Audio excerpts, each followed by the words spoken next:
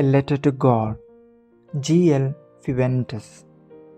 The house, the only one in the entire valley, sat on the crest of a low hill. From this height, one could see the river and the field of ripe corn, dotted with the flowers that always promised a good harvest. The only thing the earth needed was a downpour, or at least a shower. Throughout the morning, Lencho, who knew his field intimately, had done nothing else but see the sky towards the northeast. Now we are really going to get some water, woman. The woman who was preparing supper replied, Yes, God willing.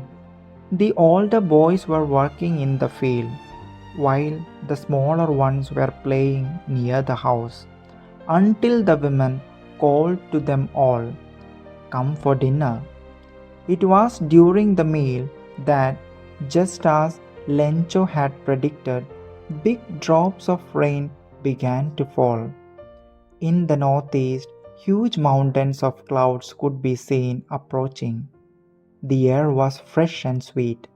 The man went out for no other reason than to have the pleasure of feeling the rain on his body. And when he returned, he exclaimed, These aren't raindrops falling from the sky.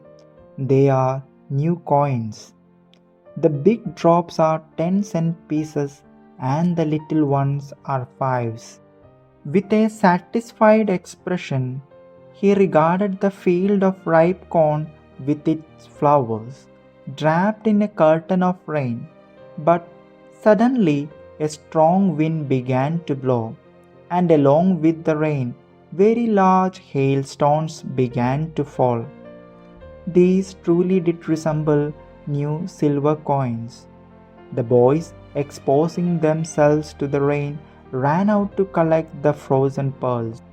It's really getting bad now, exclaimed the man. I hope it passes quickly. It did not pass quickly. For an hour, the hail rained on the house, the garden, the hillside, the cornfield, on the whole valley. The field was white, as if covered with salt. Not a leaf remained on the trees. The corn was totally destroyed. The flowers were gone from the plants. Lencho's soul was filled with sadness. When the storm had passed, he stood in the middle of the field and said to his sons, A plague of locusts would have left more than this. The hail has left nothing. This year we will have no corn. That night was a sorrowful one. All our work for nothing. There's no one who can help us. We will all go hungry this year. But in the hearts of all who lived in that solitary house in the middle of the valley, there was a single hope, help from God. Don't be so upset, even though this seems like a total loss. Remember, no one dies of hunger. That's what they say, no one dies of hunger. All through the night, Lencho thought only of his one hope, the help of God, whose eyes, as he had been instructed, see everything, even what is deep in one's conscience. Lencho was an ox of a man, working like an animal in the field, but still he knew how to write. The following Sunday, at daybreak, he began to write a letter which he himself would carry to town and place in the mail. It was nothing less than a letter to God. God, he wrote, if you don't help me, my family and I will go hungry this year.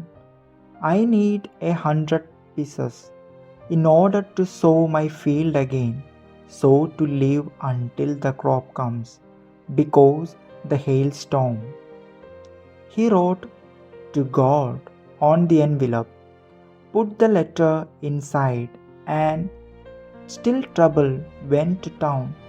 At the post office, he placed a stamp on the letter and dropped it into the mailbox. One of the employees, who was a postman and also helped in the post office, went to his boss laughing heartily and showed him the letter to God. Never in his career as a postman had he known that address. The postmaster, a fat, amiable fellow, also broke out laughing, but almost immediately he turned serious and tapping the letter on his desk, commented, "What a faith! I wish I had the faith of the man who wrote this letter," starting up a correspondence with God. So, in order not to shake the writer's faith in God, the postmaster came up with an idea: answer the letter. But when he opened it, it was evident that to answer it, he needed something more than goodwill, ink, and paper. But he stuck to his resolution. He asked for money from his employees. He himself gave part of his salary, and several friends of his were obliged to give something for an act of charity. It was impossible for him to gather together the 100 pieces, so he was able to send the farmer only a little more than half. He put the money in an envelope addressed to Lencho, and with it a letter containing only a single word as a signature: God. The following Sunday, Lencho came a bit earlier than usual to ask if there was a letter for him. It was the postman himself who handed the letter to him, while the postmaster, experiencing the contentment of a man who has performed a good deed, looked on from his office. Lencho showed no the slightest surprise on seeing the money. Such was his confidence. But he became angry when he counted the money. God could not have made a mistake, nor could he have denied Lencho what he had requested. Immediately, Lencho went up to the window to ask for paper and ink. On the public writing table, he started to write, with much wrinkling of his brow, caused by the effort he had to make to express his ideas. When he finished, he went to the window to buy a stamp, which he licked and then affixed to the envelope with a blow of his fist.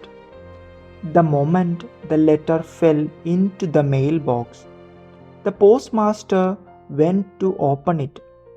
It said, God, of the money that I asked for, only 70 pesos reached me. Send me the rest, since I need it very much.